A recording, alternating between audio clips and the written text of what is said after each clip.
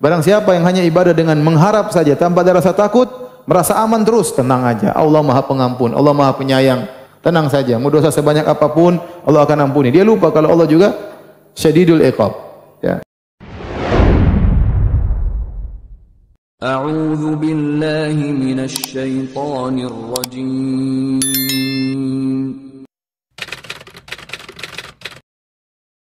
Seorang beribadah harus dibangun di atas 3 perkara sebagaimana tadi saya sebutkan di awal sesi yang pertama. Arkan al-ibadat al-qalbiyah disebut dengan rukun ibadah hati.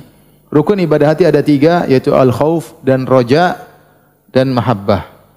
Jadi rasa takutnya itu tidak boleh bersendirian, dia harus disertai dengan pengharapan. Kapan seorang yang dia hanya takut saja dan dia tidak punya pengharapan kepada Allah, maka dia terjerumus dalam al-qunut atau al-ya'su min rahmatillah, putus asa, dan itu dosa besar. Ya, bahkan kekufuran. Wala tay'asu min rauhillah innahu la yay'asu min rauhillahi illal qaumul kafirun. Kata Allah Subhanahu wa taala melalui Nabi Yakub kepada anak-anaknya, janganlah kalian berputus asa dari rahmat Allah. Sungguh yang berputus asa dari rahmat Allah adalah orang-orang kafir, ya. Wa may yaqnatu min rahmati rabbi illa dhalun. Tidak ada yang putus asa dari rahmat Allah kecuali orang-orang yang tersesat. Ya, jadi tidak boleh juga orang hanya takut doang. Takut tersebut hanya bernilai ibadah kalau disertai dengan roja, berharap kepada Allah. Jadi seorang hamba di antara khauf dan roja. Ibarat burung, kalau sayapnya cuma 1 dia akan jatuh. Harus dua-dua, sayapnya harus ada 2. Ada sayap khauf, takut kepada Allah, ada sayap roja, berharap kepada Allah. Dan demikianlah kita sekarang beramal soleh. Kita berharap amal kita diterima, tapi kita masih ada takut, jangan-jangan tidak diterima. Jangan-jangan tidak diterima. Ini di antara hal yang buat kita takut juga, jangan sampai apa yang kita lakukan selama ini tidak diterima oleh Allah Subhanahu wa taala. Bukan karena kita suudzon sama Allah, tapi suudzon kepada diri kita sendiri. Jangan-jangan saya kurang ikhlas, jangan-jangan saya masih riya, jangan-jangan kita bukan suudzon kepada Allah, kita husnudzon. Allah Maha terima. Tapi masalahnya kitanya, apakah amal kita benar-benar diterima? Apakah amal kita benar-benar tulus? Wallahu alam. Enggak ada yang pastikan, enggak ada yang tahu. Ya. Enggak ada yang tahu. Oleh karenanya seorang tatkala beribadah di antara khauf dan roja. Kata sebagian ulama, barang siapa yang ibadah cuma khauf saja, maka jadi khawarij. Khawarij, dia tidak punya pengharapan dan dia memutuskan harapan dari orang-orang sedikit kafir, tidak memberikan harapan kepada dirinya dan tidak memberi harapan kepada orang lain.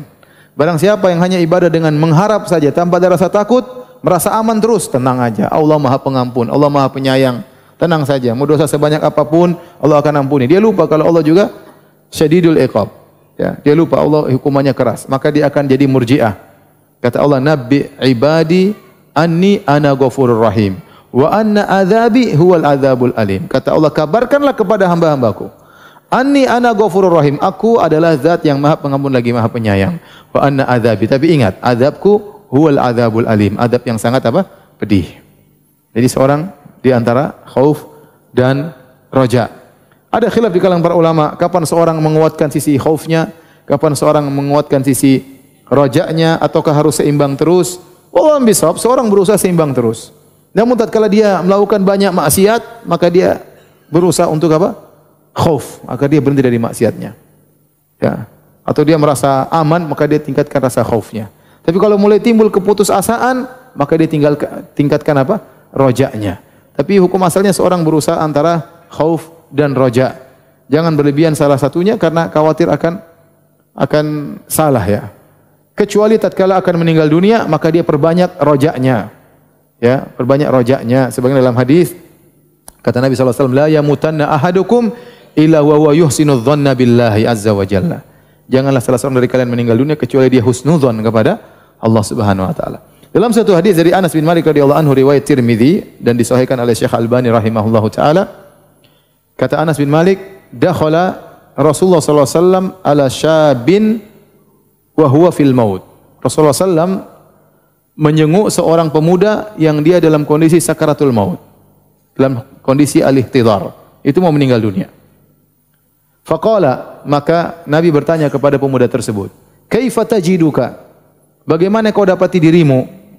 Bagaimana kau dapati jiwamu menjelang meninggal ini? Kata pemuda tersebut, "Arjullaha ya Rasulullah wa akhafu dzunubi." Ya Rasulullah, aku takut, aku berharap kepada Allah dan aku takut dengan dosa-dosaku. Dia mau meninggal, dia kumpulkan antara apa? Khauf dan apa? Dan raja. Kata Nabi, kaifa tajiduka? Bagaimana kau dapat dirimu? Kata dia, arjullaha wa akhafu dzunubi. Aku berharap kepada Allah dan aku takut dengan dosa-dosaku. Maka Nabi mengomentari, faqala Rasulullah sallallahu alaihi wasallam, kata Rasulullah sallallahu alaihi wasallam, la yajtami'ani fi qalbi 'abdin fi mithli hadzal mautin. Tidaklah raja dan khauf terkumpulkan pada hati seseorang mukmin dalam kondisi mau meninggal dunia, illa a'tahu Allahu alladhi yarju, kecuali Allah akan berikan apa yang dia harapkan, wa ammanahu min alladhi yakhaf, dan Allah akan membuat dia aman dari apa yang dia takutkan. Jadi kalau kita meninggal dunia, kita kumpulkan raja ingin dapat surga dan khauf takut dari neraka jahanam, insyaallah dikabulkan. Dan ini dalil bahwasanya tatkala meninggal dunia kumpulkan tetap antara raja dan apa? Khauf. Antara raja dan khauf. Tapi kalau orang tidak terbiasa, repot. Sakaratul maut itu bukan perkara yang ringan. Orang akan meninggal dalam kebiasaan dia. Kalau kebiasaan dia selalu merasa aman, nanti dia merasa aman padahal masuk neraka. Kalau dia merasa takut berlebihan terus, bisa jadi meninggal dunia dalam kondisi demikian. Suudzon kepada Allah Subhanahu wa taala. Maka dalam kehidupan sehari-hari kita harus menggabungkan kedua-duanya. Sampai sebagian ulama mengatakan, kalau dikatakan seluruh penghuni bumi masuk surga kecuali satu orang, tetaplah engkau khawatir jangan-jangan aku satu itu yang tidak masuk surga. Paham? Kalau dikatakan seluruh penghuni bumi masuk neraka kecuali satu orang, berharaplah itu satu orang itu mungkin saya yang selamat itu.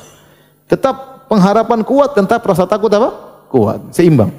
Saya ulangi, ada yang mengatakan kalau ada dikatakan bahwasanya seluruh penghuni bumi masuk surga kecuali satu orang, khawatirlah engkau jangan-jangan kau itulah yang tidak masuk surga.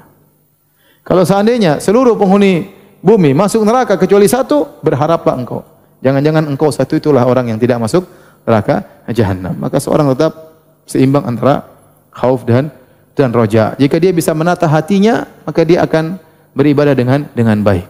Tinggal ikhlas dan cinta kepada Allah Subhanahu wa taala.